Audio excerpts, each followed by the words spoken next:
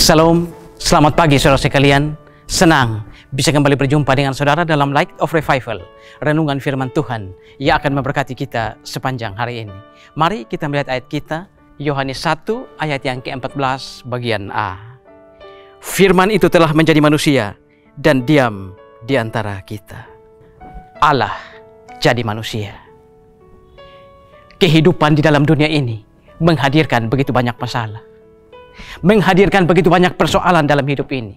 Dan seringkali persoalan-persoalan datang menghantam kita. Dan seringkali kita ingin lari dari masalah.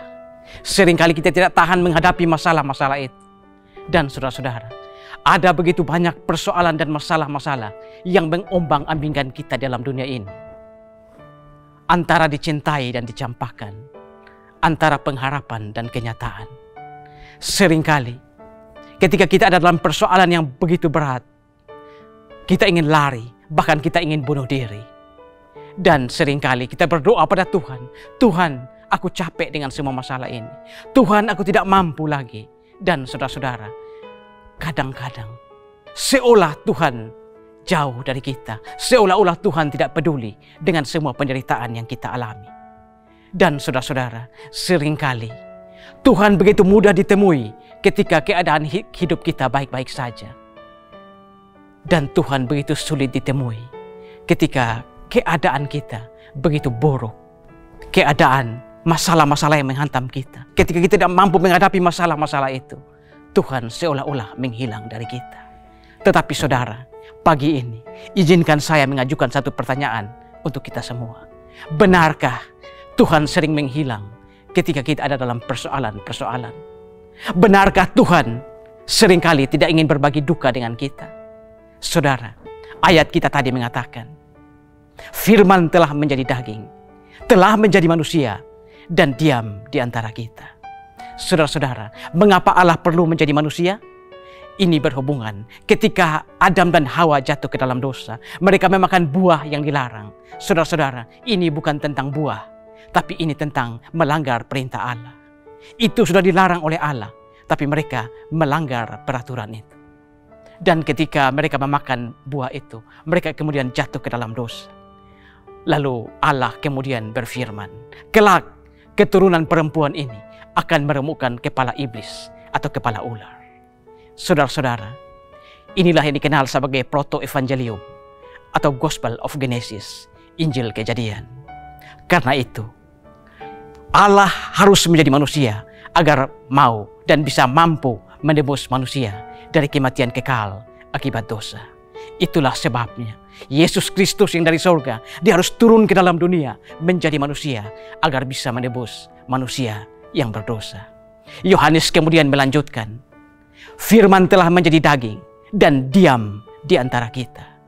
Di sini seolah-olah Yohanes ingin menegaskan bahwa guru kami, Tuhan kami itu adalah Tuhan yang mengerti penderitaan kita. Dia adalah guru, dia adalah Allah yang mengerti persoalan-persoalan kita.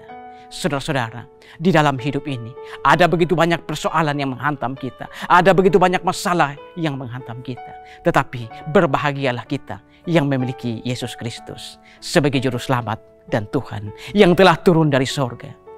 Dia adalah Allah yang menebus kita dari lubang kubur. Dia adalah Allah yang menebus kita dari kematian kekal akibat dosa. Tapi dia juga adalah Allah yang mengerti kelemahan-kelemahan dan penderitaan-penderitaan kita. Karena dia sendiri pernah hidup di antara kita. Pernah hidup di antara manusia dan mengerti kelemahan-kelemahan manusia. Saudara-saudara, pagi ini kalau saudara belum memiliki Yesus Kristus, percayalah dia sebagai juru selamat dan Tuhanmu. Maka dia akan menebus kita dari kutuk neraka. Dia akan menebus kita akibat dosa yang kita lakukan. Bukan hanya itu, tetapi dia juga adalah Allah yang mengerti penderitaan kita. Dia adalah Allah yang mengerti tetesan air mata kita.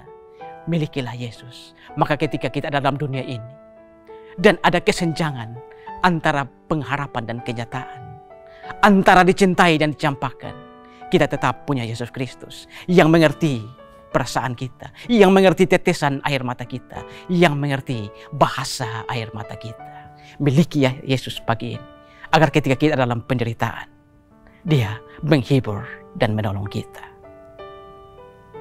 Amin. Tuhan, terima kasih untuk firman-Mu pagi ini. Kami belajar dari kitab pertama Yohanes.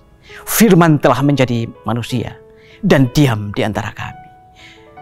Dia mengerti kelemahan-kelemahan kami, mengerti penderitaan-penderitaan kami, mengerti tetesan air mata kami. Tetapi lebih daripada itu, Dia adalah Allah yang menebus kami dari kutuk dosa. Terima kasih Tuhan untuk firman-Mu. Dimuliakanlah Engkau di atas firman. Amin. Saudara, saya terus mengajak saudara untuk menjadikan firman Tuhan sebagai pelita dan terang di sepanjang jalan hidup kita. Tuhan memberkati kita semua.